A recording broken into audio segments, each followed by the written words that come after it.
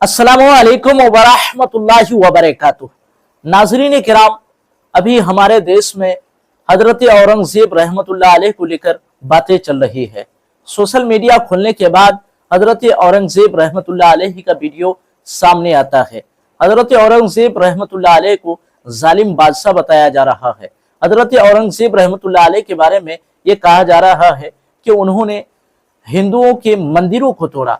हजरत औरंगजेब रहमतुल्लाह अलैह ने हिंदुओं पर जो है अत्याचार की। इस पर एक पंडित जी का जबरदस्त बयान आया है। उन्होंने हजरत औरंगजेब रहमतुल्लाह अलैह के बारे में क्या कहा है कि इसका ये वीडियो जो है सोशल मीडिया पर बड़ी तेजी से वायरल हो रहा है। बहुत ही अहम और खास वीडियो है, मैं आप लोगों को दिखाने वाला हूं और मैं चाहता हूं कि ये वीडियो हर धर्म के लोग देखें। तो इस वीडियो के आखिर तक आप लोग बने रहिए। अगर आप मेरे चैनल में नए हैं तो मेरे चैनल को सब्सक्राइब कर दीजिए। तो आइए पहले पंडित जी के बयान को सुनते हैं, उसके बाद फिर कुछ बातें मैं करूंगा। औरंगजेब का जो अच्छाई है उसको हम बताने का काम करते हैं भाई।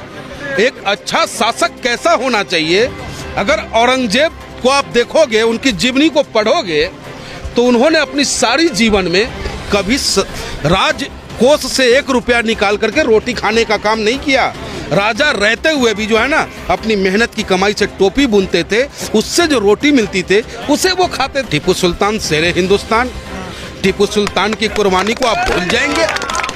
टीपू सुल्तान की कुर्बानी को जो भूल जाए, उसके ब्लड में हिंदुस्तान का खून ही नहीं है। इसका मतलब नाथूराम गौडसे का खून है जो टीपू सुल्तान का विरोध करता है कि रघुपति राघव राजा राम, पतित पावन सीताराम, अल्लाह ईश्वर तेरो नाम, सबको सन्मति दे भगवान। अरे टीपू सुल्तान ने तो उस वक्त में अंग्रेजों को लोहे के चना चबाने पे मजबूर कर दिया था। और टीपू सुल्तान को तो हम सैल्यूट करते हैं, बार बार नमन करते हैं। ये देश भाईचारा और एकता का मिसाल कायम हमेशा किया है और करता रहेगा। यहाँ हिंदू भी तिलक लगा करके खुशहाली से आप पूरे मुस्लिम एरिया में घूम सकते हैं, आपको कोई उंगली उठाने वाला नहीं है। और यहीं पे हमारा मुसलमान भाई सुन्नत और दाढ़ी रख करके और टोपी रख कर भी घूमे, उसे कोई दिक्कत नहीं है। लेकिन आपके नेता या कार्यकर्ता जो हैं वो टीपू सुल्तान का पोस्टर लेके घूम रहा है। अच्छी बात है। हाँ। टीपू सुल्तान शेरे हिंदुस्तान, टीपू सुल्तान की कुर्बानी को आप भूल जाएंगे। टीपू सुल्तान की कुर्बानी को जो भूल जाए, उसके ब्लड में हिंदुस्तान का खून ही नहीं है। इसका मतलब नाथूराम गौडसे का खून है जो टीपू सुल्तान का विरोध करता है। अरे टीपू सुल्तान ने तो उस वक्त में अंग्रेजों को लोहे के चना चबाने पे मजबूर कर दिया था। और टीपू सुल्तान को तो हम सैल्यूट करते हैं, बार बार नमन करते हैं। गुंडाई को बढ़ावा दे रहे हैं, औरंगजेब को सपोर्ट कर रहे हैं आप। देखिए कौन कर रहा है औरंगजेब, गलत आरोप मत लगाइए आप। औरंगजेब को सपोर्ट हमारी पार्टी नहीं करता है, न गलत लोगों का सपोर्ट करता है। औरंगजेब का जो अच्छाई है उसको हम बताने का काम करते हैं भाई। एक अच्छा शासक कैसा होना चाहिए, अगर औरंगजेब को आप देखोगे, उनकी जीवनी को पढ़ोगे तो उन्होंने अपनी सारी जीवन में कभी राज कोष से 1 रुपया निकाल करके रोटी खाने का काम नहीं किया। राजा रहते हुए भी जो है ना, अपनी मेहनत की कमाई से टोपी बुनते थे, उससे जो रोटी मिलती थे उसे वो खाते थे। और कहते हैं भैया जिसका शासन होता है नजाकत आ ही जाता है। खुदा जब हुस्न देता है नजाकत आ ही जाती है। कदम गिन गिन के रखते हैं, कमर बल खाई जाती है। तो सत्ता का हनक होता है। ऐसे तो वो गौडसे को भी सही कहते हैं कि जेल जाने से पहले वाले गौडसे बहुत अच्छे थे। ठोकने वाला गौडसे कैसा था? ठोकने वाला गौडसे कैसा था भाई?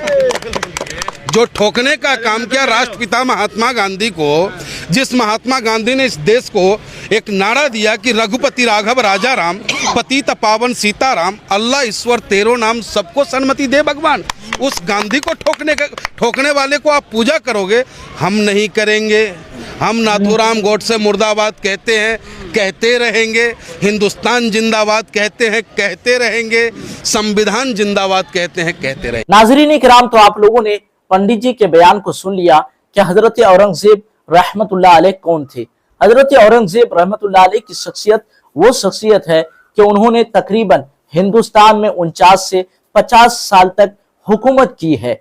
लेकिन उनकी सादगी का आलम यह था कि उन्होंने हुकूमत के पैसे को अपने घर वालों के लिए, परिवार वालों के लिए या खुद के लिए कभी भी इस्तेमाल में नहीं लाया, बल्कि वो खुद टोपी बुनने का काम करते थे और उससे जो कमाई होती थी उसी पैसा से खुद अपने खर्च में और अपने घर परिवार वालों के खर्च में लाते थे। यहाँ तक कि जब उनके विसाल का वक्त करीब आया तो अपने बेटे से कहा कि मेरे पास टोपी बुनने का जो है 14 रुपया कुछ आना है और इस पैसे से मेरी कब्र को तैयार करना, अमीरों और बादशाहों की तरह मेरी कब्र न बनाना। उनकी सादगी का ये आलम था। और हजरत औरंगजेब रहमतुल्लाह अलैह के बारे में जो कहा जाता है कि हजरत औरंगजेब रहमतुल्लाह अलैह जालिम बादशाह थे, उन्होंने मंदिरों को तोड़ा।